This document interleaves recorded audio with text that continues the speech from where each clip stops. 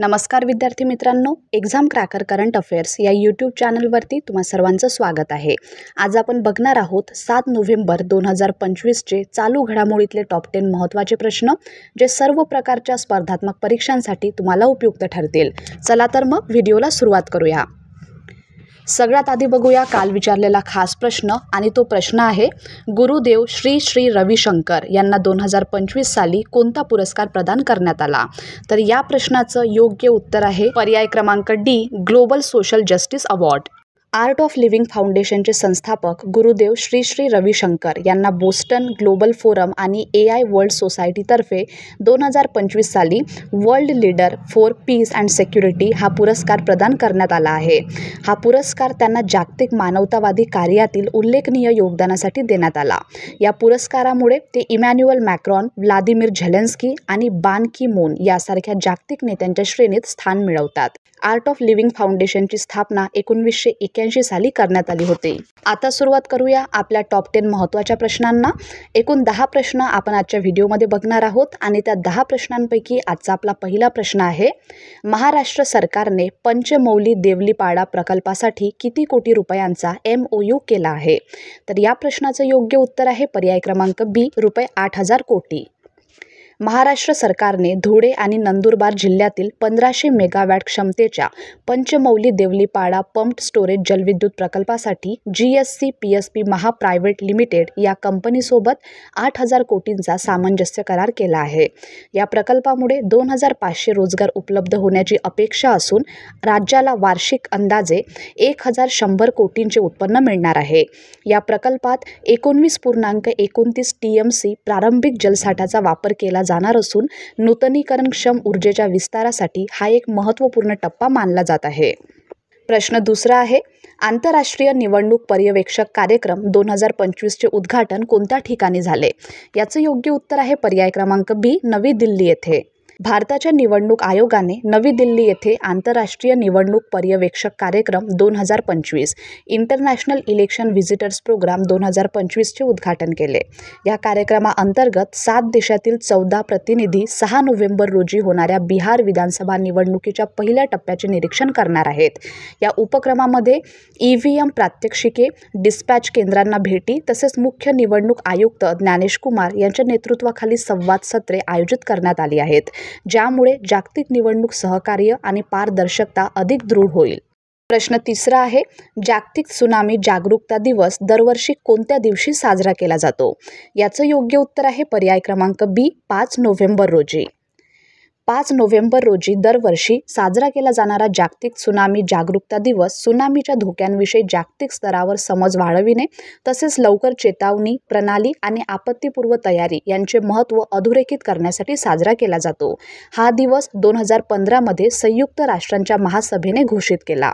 यंदाच्या वर्षाची थीम आहे be tsunami ready, invest in tsunami preparedness, म्हणजेच त्सुनामीसाठी सज्ज व्हा, आपत्तीपूर्व तयारीत गुंतवणूक करा, समुदायांचे संरक्षण आणि सक्षमता वाढविण्याची गरज अधोरेखित करते. चौथा प्रश्न, उत्तन विरार सी लिंकचा विस्तार कोणत्या ठिकाणापर्यंत करण्यात येणार आहे? याचं योग्य उत्तर आहे पर्याय क्रमांक बी, वधावन बंदर. महाराष्ट्र शासनाने उत्तन विरार सी लिंकचा विस्तार वधावन बंदरापर्यंत करण्यास मंजुरी दिली आहे, ज्यामुळे मुंबई महानगर प्रदेशातील समुद्री आणि उत्तर दक्षिण जोडणी अधिक दृढ होणार आहे. 55.12 किलोमीटर लांबीच्या या प्रकल्पाचे अध्यक्षस्थान उपमुख्यमंत्री देवेंद्र फडणवीस यांच्याकडे आहे. यामध्ये 24.35 किलोमीटर मुख्य समुद्री पूल तसेच महत्त्वाच्या अप्रोच रोड्सचा समावेश असून या प्रकल्पामुळे पश्चिमेकडील प्रमुख महामार्गावरील वाहतूक कोंडी कमी होण्यास तसेच शहरी मार्गावरील दबाव हलका होण्यास मदत होणार आहे. पुढला प्रश्न आहे, भारत इस्रायल संयुक्त कार्यगटाची 17वी बैठक कुठे आयोजित करण्यात आली? याचं बरोबर उत्तर आहे पर्याय सी, तेल अवीव. तेल अवीव येथे झालेल्या भारत इस्रायल संयुक्त कार्यगटाच्या 17व्या बैठकीत दोन्ही देशांनी द्विपक्षीय संरक्षण सहकार्य वाढविण्यासाठी एक सामंजस्य करार म्हणजेच MOU केला आहे. या बैठकीचे सहअध्यक्षपद भारताचे संरक्षण सचिव राजेश कुमार सिंग आणि इस्रायलचे मेजर जनरल आमिर बराम यांनी भूषविले. या कराराद्वारे तंत्रज्ञान सामायिकीकरण, संयुक्त विकास तसेच दहशतवादाविरोधी सहकार्य याबाबत एक सामायिक दृष्टिकोन निश्चित करण्यात आला असून त्यामुळे दोन्ही देशांमधील धोरणात्मक संरक्षण भागीदारी अधिक मजबूत होणार आहे. 6वा प्रश्न आहे, तेलंगणाने AI संशोधन आणि नवकल्पनांना चालना देण्यासाठी कोणता हब स्थापन केला आहे? तर प्रश्न 6व्याचं योग्य उत्तर आहे पर्याय B, Telangana artificial intelligence innovation hub. तेलंगणाने हैदराबादमध्ये Telangana artificial intelligence innovation hub स्थापन केला आहे, ज्याचा उद्देश AI संशोधन, नाविन्य आणि विविध क्षेत्रातील सहकार्याला चालना देणे हा आहे. या उपक्रमाचे लक्ष्य 2035 पर्यंत तेलंगणाला जगातील टॉप 20 AI हबमध्ये स्थान मिळवून देणे आणि एक मजबूत AI इकोसिस्टीम तयार करणे हे आहे. यासाठी IIIT, IIT Hyderabad, ISB, NALSAR, EDAC तसेच गुगल, मायक्रोसॉफ्ट, इन्फोसिस, ॲमेझॉन यासारख्या जागतिक तंत्रज्ञान कंपन्यांसोबत सहकार्य करण्यात येणार आहे. 7वा प्रश्न आहे, जम्मू आणि काश्मीरच्या किश्तवाड जिल्ह्यात सध्या कोणते ऑपरेशन सुरू आहे? तर याचं योग्य उत्तर आहे पर्याय सी, ऑपरेशन शत्रू. जम्मू आणि काश्मीरच्या किश्तवाड जिल्ह्यात दहशतवादी उपस्थितीबाबत विश्वसनीय गुप्त माहिती मिळाल्यानंतर सुरक्षा दलांनी मोठ्या प्रमाणावर दहशतवादाविरोधी मोहीम सुरू केली आहे. शत्रू परिसरात सुरू असलेली ही चकमक भारतीय लष्कराच्या व्हाईट नाईट कॉर्प्स आणि जम्मू काश्मीर पोलीस यांच्या संयुक्त पथकाद्वारे चालवली जात आहे. 8वा प्रश्न आहे, मनोहर पर्रीकर युवा शास्त्रज्ञ पुरस्कार 2025 कोणाला प्रदान करण्यात आला? हा पुरस्कार मिळाला आहे डॉक्टर साई गौतम गोपालकृष्णन यांना.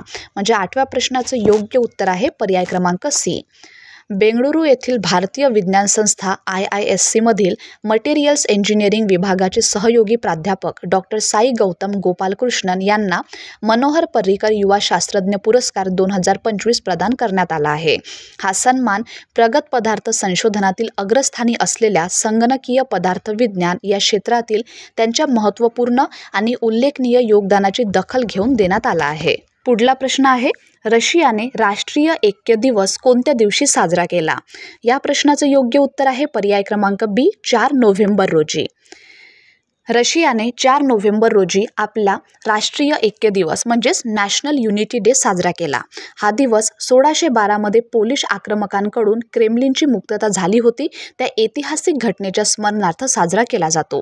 मॉस्को येथे झालेल्या मुख्य सोहळ्याचे नेतृत्व राष्ट्रपती व्लादिमीर पुतिन यांनी केले आणि त्यांनी सांगितले की आजही रशिया आपले सार्वभौमत्व तसेच जपतो जसे 4 शतके पूर्वी जपले होते. देशभरात हा दिवस देशभक्ती आणि राष्ट्रीय एकतेचे प्रतीक म्हणून अधिकृत समारंभाद्वारे साजरा करण्यात आला. आणि आजचा आपला शेवटचा प्रश्न आहे, निसार उपग्रह कोणत्या 2 अंतराळ संस्थांच्या संयुक्त सहकार्याने विकसित करण्यात आला आहे? तर या प्रश्नाचं योग्य उत्तर आहे पर्याय क्रमांक सी, इस्रो आणि नासा. भारत आणि अमेरिका अंतराळ सहकार्याच्या क्षेत्रात एक महत्त्वपूर्ण ऐतिहासिक टप्पा गाठण्याच्या तयारीत आहे. NASA ISRO synthetic aperture radar म्हणजेच निसार हा संयुक्त उपग्रह 7 नोव्हेंबर रोजी अधिकृतरित्या कार्यान्वित होणार आहे. ही माहिती देताना इस्रोचे अध्यक्ष व्ही नारायणन यांनी सांगितले की या पृथ्वी निरीक्षण मोहिमेची सर्व कॅलिब्रेशन प्रक्रिया पूर्ण झाली आहे आणि या आठवड्यात होणाऱ्या विशेष परिषदेनंतर उपग्रह अधिकृत कामकाज सुरू करेल. तर विद्यार्थी मित्रांनो, हे होते आपल्याचे टॉप 10 महत्त्वाचे प्रश्न. आणि आता बघूया तुमच्यासाठीचा खास प्रश्न जो आहे, महिला शेतकऱ्यांसाठी शेती साधनांच्या ॲग्रोनॉमिक चाचणीसाठी SOP कोणत्या राज्याने जाहीर केले? तर याचं योग्य उत्तर तुम्हा सर्वांना कमेंट बॉक्समध्ये द्यायचं आहे. धन्यवाद.